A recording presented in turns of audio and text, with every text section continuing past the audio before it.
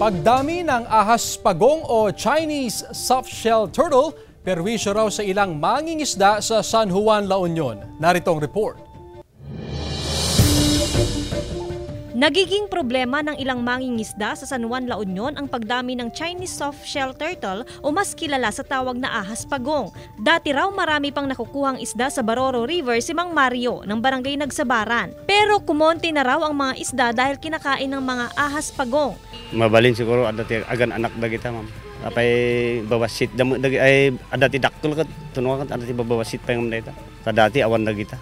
Bukod sa nahuling ahas pagong ni Mang Mario, 3 pang ahas pagong ang itinurn over sa Coastal Underwater Resource Management Actions o CURMA na isang environmental conservation non-government organization.